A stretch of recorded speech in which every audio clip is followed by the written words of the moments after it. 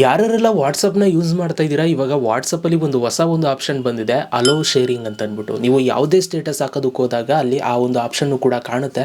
So ನೀವು ತುಂಬ ಜನ ಅಬ್ಸರ್ವ್ ಮಾಡಿರ್ಬೋದು. ಏನು ಈ ಒಂದು ಆಪ್ಷನ್ನು ಯಾಕೆ ಬಂದಿದೆ ಎಲ್ಲವನ್ನೂ ಕೂಡ ಇವತ್ತಿನ ವಿಡಿಯೋದಲ್ಲಿ ನಾನು ನಿಮ್ಗೆ ಹೇಳ್ತೀನಿ. ತುಂಬ ಉಪಯೋಗ ಆಗುತ್ತೆ ಈ ಒಂದು ಫೀಚರಿಂದ.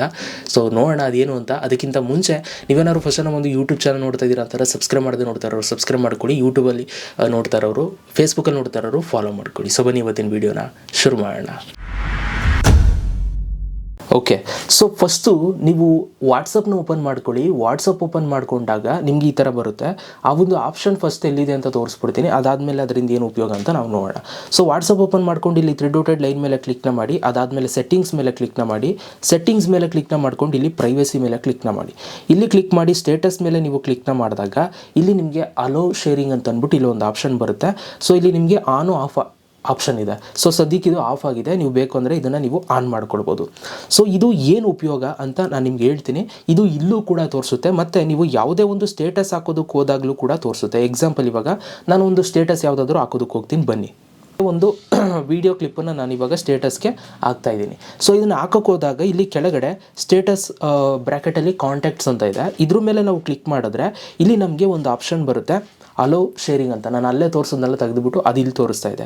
ಸೊ ಈಗ ನಾನು ಇದನ್ನು ಆನ್ ಮಾಡ್ತೀನಿ, ಆಯಿತಾ. ಸೊ ಇದನ್ನು ಆನ್ ಮಾಡಿದ್ರೆ ಏನು ಪ್ರಯೋಜನ ಆಗುತ್ತೆ ಅನ್ನೋದು ನಾನು ನಿಮಗೆ ಲೈವಾಗಿ ತೋರಿಸ್ತೀನಿ. ನೋಡಿ, ಇದನ್ನು ಆನ್ ಮಾಡಿಕೊಂಡು ಡನ್ ಅಂತ ಕೊಟ್ಟಾಗ ಸೊ ಈಗ ನಿಮ್ಮ ಸ್ಟೇಟಸ್ ನೀವು ಹಾಕಬೇಕಾದ್ರೆ ಕಾಂಟ್ಯಾಕ್ಟ್ಸ್ ಪ್ಲಸ್ ಈ ಥರದೊಂದು ಸಿಂಬಲ್, ರೀಶೇರ್ ಸಿಂಬಲ್ ಒಂದು ಆಪ್ಷನ್ ತೋರಿಸ್ತದೆ. ಈಗ ನಾನು ಈ ಒಂದು ಸ್ಟೇಟಸ್ನ ಹಾಕಿದ್ರೆ ಸೊ ಏನಾಗುತ್ತೆ ಅಂತಂದರೆ ನೋಡ್ಕೊಳ್ಳಿ. ಸೊ ಈ ಒಂದು ಸ್ಟೇಟಸ್ ಹಾಕಿದ ಮೇಲೆ ಆ ಒಂದು ಸ್ಟೇಟಸ್ನ ಯಾರೇ ನೋಡ್ತಾರಲ್ಲ ನನ್ನ ಕಾಂಟ್ಯಾಕ್ಟ್ಸಲ್ಲಿರೋರು, ಅವರು ಆ ಒಂದು ಸ್ಟೇಟಸ್ನ ಅವರು ಮತ್ತೆ ರೀಶೇರ್ ಮಾಡ್ಬೋದು, ಅವರ ಒಂದು ಸ್ಟೇಟಸ್ಗಳಿಗೆ ಹಾಕ್ಕೊಳ್ಬೋದು, ಆಯಿತಾ. ಸೊ ಈಗ ನಾನು ಸ್ಟೇಟಸ್ಸು ಪಬ್ಲಿಷ್ ಮಾಡಿದ್ದೀನಿ. ನೀವು ಇಲ್ಲಿ ನೋಡ್ಬೋದು ಸ್ಟೇಟಸ್ ಪಬ್ಲಿಷ್ ಆಗಿದೆ. ಈಗ ನಂದು ಇನ್ನೊಂದು ಫೋನಲ್ಲಿ ಸೊ ನಾನೇನು ಮಾಡ್ತೀನಿ, ಆ ಒಂದು ಸ್ಟೇಟಸ್ ಬಂದಿದೆಯಾ ಇಲ್ವಾ ಏನು ನೋಡೋಣ. ಓಕೆ, ಸೊ ಇವಾಗ ನಾನು ಇನ್ನೊಂದು ವಾಟ್ಸಪ್ ಓಪನ್ ಮಾಡ್ಕೊಂಡಿದ್ದೀನಿ. ಸೊ ಇಲ್ಲಿ ನಾನು ಸ್ಟೇಟಸ್ ಹಾಕಿರೋದು ಇಲ್ಲಿ ಬಂದಿದೆ. ಈಗ ನಾನು ಆ ಒಂದು ಸ್ಟೇಟಸ್ನ ಓಪನ್ ಮಾಡ್ತೀನಿ. ಈಗ ಈ ಒಂದು ಸ್ಟೇಟಸ್ ನೀವು ನೋಡಬೇಕಾದ್ರೆ ನೀವು ಇಲ್ಲಿ ನೋಡ್ಬೋದು, ಇಲ್ಲಿ ನನಗೆ ಒಂದು ರೀಶೇರ್ ಆಪ್ಷನ್ ಬಂದಿದೆ. ಇದ್ರ ಮೇಲೆ ನಾನು ಕ್ಲಿಕ್ನ ಮಾಡ್ತು ಅಂತಂದರೆ ಈ ಒಂದು ಸ್ಟೇಟಸ್ನ ನಾನು ರೀಶೇರ್ ಮಾಡ್ಕೋಬೋದು ನಾನು ಇನ್ನೊಂದು ವಾಟ್ಸಪ್ಪಲ್ಲಿ, ಆಯಿತಾ. ಇಲ್ಲಿ ಕೊಟ್ಟಿದ್ದಾರೆ ನೋಡಿ. ಸೊ ಅದಾದಮೇಲೆ ಇಲ್ಲಿ ಕಂಟಿನ್ಯೂ ಅಂತ ಕೊಡ್ತೀನಿ. ಕಂಟಿನ್ಯೂ ಕೊಟ್ಟಾಗ ಸೊ ನೀವು ನೋಡ್ಬೋದು ಈ ಒಂದು ಸ್ಟೋರಿನ ನಾನು ರೀಶೇರ್ ಮಾಡ್ಕೊಳ್ಬೋದು. ಯಾರೋ ಹಾಕಿರೋ ಸ್ಟೋರಿನ ಸೊ ನಾನು ಇನ್ನೊಬ್ಬರು ನೋಡೋರು ರೀಶೇರ್ ಮಾಡ್ಕೊಳ್ಬೋದು, ಆಯಿತಾ. ಈ ಥರದೊಂದು ಬೆನಿಫಿಟ್ಟು ಈ ಒಂದು ಆಪ್ಷನಿಂದ ನಿಮಗೆ ಇವಾಗ ಸಿಗುತ್ತೆ.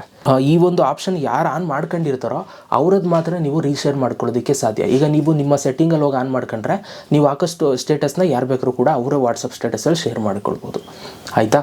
ಇದು ಬೇಕು ಅಂದರೆ ಆನ್ ಮಾಡ್ಕೊಳ್ಳಿ, ಬೇಡ ಅಂತಂದರೆ ಸೊ ನೀವೇನು ಆನ್ ಮಾಡ್ಕೊಳ್ಳೋದಕ್ಕೆ ಹೋಗಬೇಡಿ, ಆಯಿತಾ. ಸೊ ಮುಂಚೆ ಎಲ್ಲ ನೀವು ಸ್ಟೇಟಸ್ ಕಳಿಸಿ ಅಂತಿದ್ರೆ ಈಗ ಅದನ್ನು ಕೇಳೋ ಅವಶ್ಯಕತೆ ಇಲ್ಲ, ನೀವೇ ಶೇರ್ ಮಾಡ್ಕೋಬೋದು. ಓಕೆ, ಈ ಒಂದು ಅಪ್ಡೇಟ್ ಹೇಗೆ ಅನ್ನಿಸ್ತು ಕಮೆಂಟ್ ಬಾಕ್ಸಲ್ಲಿ ಕಮೆಂಟ್ ಮಾಡಿ. ಇದೇ ಥರ ವೀಡಿಯೋಸ್ಗಳಿಗೆ ಫಾಲೋ ಮಾಡ್ಕೊಳ್ಳಿ. ಸಿಗೋಣ ನೆಕ್ಸ್ಟ್ ವಿಡಿಯೋದಲ್ಲಿ. ಅಲ್ಲಿ ತನಕ ಲವ್ ಯು ಆಲ್ ಗೈಸ್.